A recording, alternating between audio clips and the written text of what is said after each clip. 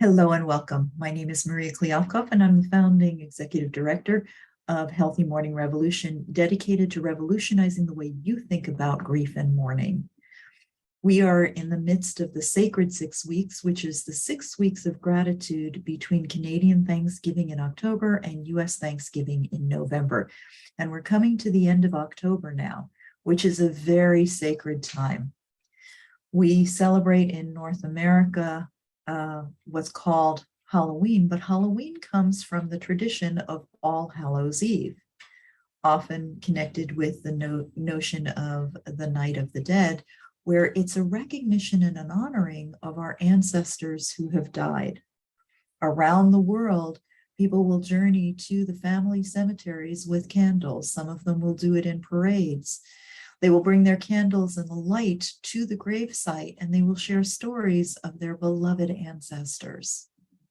This is a really important part of converting grief to mourning.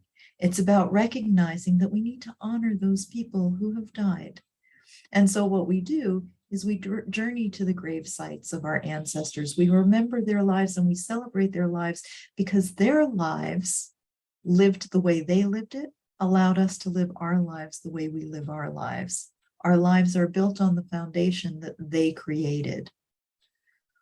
So when we recognize that that's the fundamental truth, we then also recognize that our life is their legacy. It's said that somebody dies 3 times. They die when they stop breathing, they die when they are buried, and finally they die when we forget.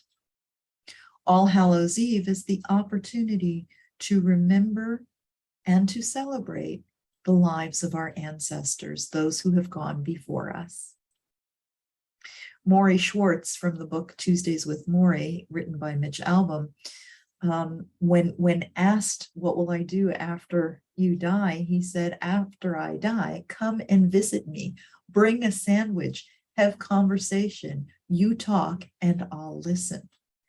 This conversation, this discovering how we go to a gravesite and we have conversation and we sit with our ancestors and we can still hear their voices. We can still have dialogue in ways that we never even imagined. This is all a part of healthy mourning.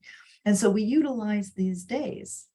And I say these days because not only do we have All Hallows Eve at the end of October, but then we also have on November 1st, All Saints' Day in the Catholic faith, and on November 2nd, All Souls' Day, right? All Souls' Day, the recognition of all souls that have gone before. This is a very, very sacred time in many different traditions. So let's make this a sacred time for us. Let's ask the question, how will I honor my loved one during this period of time? How I answer that will help me to feel the connection with them. It will also help me to find the joy in the relationship that I had with them and that I am developing with them. If you want to learn more about this, then I invite you to come and visit us at healthymourning.com. That's Healthy Mourning, MOURNING.com. We have a lot of immediate supports available to you. Just click on immediate support and you'll see all of them. The one I want to direct your attention to is the 5-day live launch, which will be coming up at the beginning of December. It's designed specifically to support you during your holiday tradition. And if you're at all concerned about how you're going to explore holiday traditions, then perhaps joining us at the beginning of December for the 5-day live launch, which is just 1 hour a day. We would love to have you join us for that. In the meantime, if this video has been of assistance to you, then please like it, subscribe it, click on the bell so that you're notified whenever we drop a new video, and make sure to share this with your friends. Let other people know.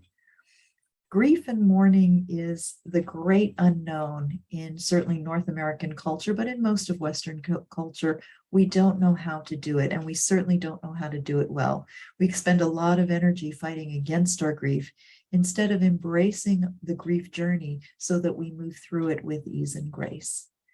Please share this with others so that collectively we can begin to create compassionate grief communities around the world. Much love to you. Until next time, namaste.